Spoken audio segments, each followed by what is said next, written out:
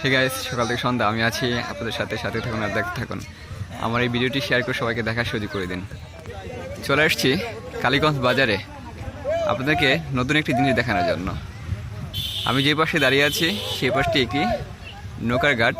এই ঘাটতে এখান থেকে আপনারা যেতে পারবেন শিমরাইল বাজার। আর শিমরাইল বাজার যেতে এখান থেকে 10 মিনিট সময় লাগবে। প্রত্যেক প্যাসেঞ্জারের জন্য পার নৌকাতে প্রত্যেক প্যাসেঞ্জার পার ভাড়া 30 টাকা। তো আপনারা আন্দিকট হয়ে কালীগঞ্জ বাজারে এসে এখানে নৌকা স্টপেজ দেখতে পারবেন।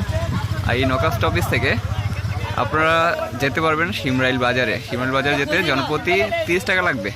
আর এখানের যে প্রত্যেকটা নৌকা আছে, প্রত্যেকটা নৌকার সময়সীমা নির্ধারণ করে দেওয়া আছে যে 30 মিনিট পর প্রত্যেকটা নৌকা এখান থেকে ছেড়ে শিমরাইল বাজারে যাবে।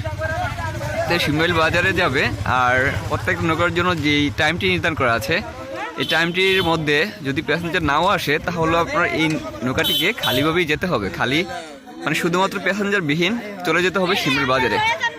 বুঝতে পারছেন যে এখান থেকে যদি আপনার নৌকাতে যদি প্যাসেঞ্জার হয় তারপর তাকে আধা ঘন্টার মধ্যে চলে যেতে হবে। আর যদি প্যাসেঞ্জার নাও হয় তাকে আধা ঘন্টার মধ্যে এই ঘাট ছেড়ে তাকে শিমরাইল বাজারের উদ্দেশ্যে ছুটে যেতে হবে।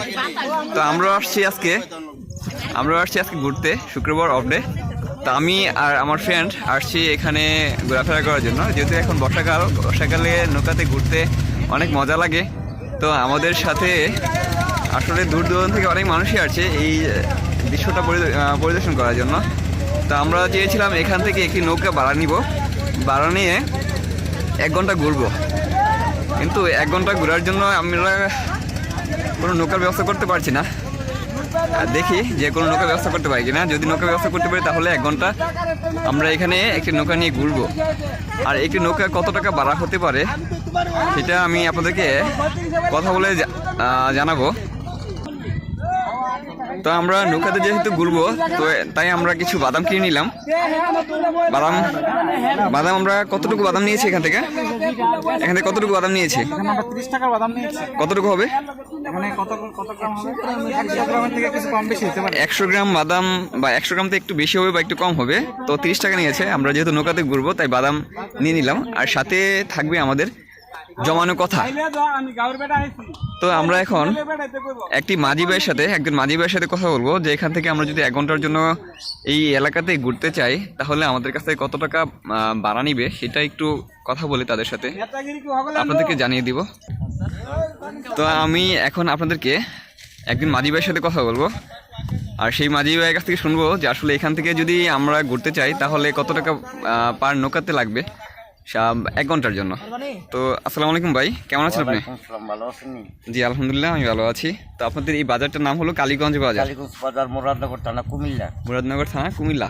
এখানে আপনার প্রত্যেক বর্ষাতে কি পানি হয় নাকি প্রতি বছরই পানি হয়? প্রতি বছর এখানে পানি হয়, কিন্তু কিছু কিছু গ্রাম আছে যে বর্ষাকাল আসলেও পানি হয় না। আর এখানটা আপনার নদীমাতৃক কাছাকাছি এলাকা, খোঁজ মানে একটু নিচু এলাকা হওয়াতে এখানে প্রত্যেক বছরই পানি থাকে। তাই এখান থেকে আপনার দূর দূরান্তে মানুষ ঘুরতে যেতে পারে। আর এখান থেকে শুধু শিমরাইল গ্রামে যাওয়া যায় নাকি অন্য গ্রামে যাওয়া যায়?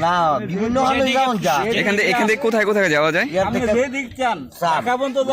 এখান থেকে এই নবীনগর যেতে পারেন, ব্রাহ্মণবাড়িয়া নবীনগর যেতে পারেন, ব্রাহ্মণবাড়িয়া যেতে পারেন, করগাঁও যেতে পারেন। মানে এই যে মাঝি ভাইয়ের কথা মতে আমি বুঝতে পেরেছি যে এখান থেকে আপনার শিমরাইল বাজার থেকে শুরু করে আপনার খড়মপুর, তারপর হলো নবীনগর, আপনার কসবা, আরো যে নদী পথ হয়ে আপনারা যেখানে যেতে চান নরসিংদী পর্যন্ত যেতে পারবেন। এই যে পাশটি দেখতে পাচ্ছেন এই পাশটি হলো আপনার কালীগঞ্জ বাজার।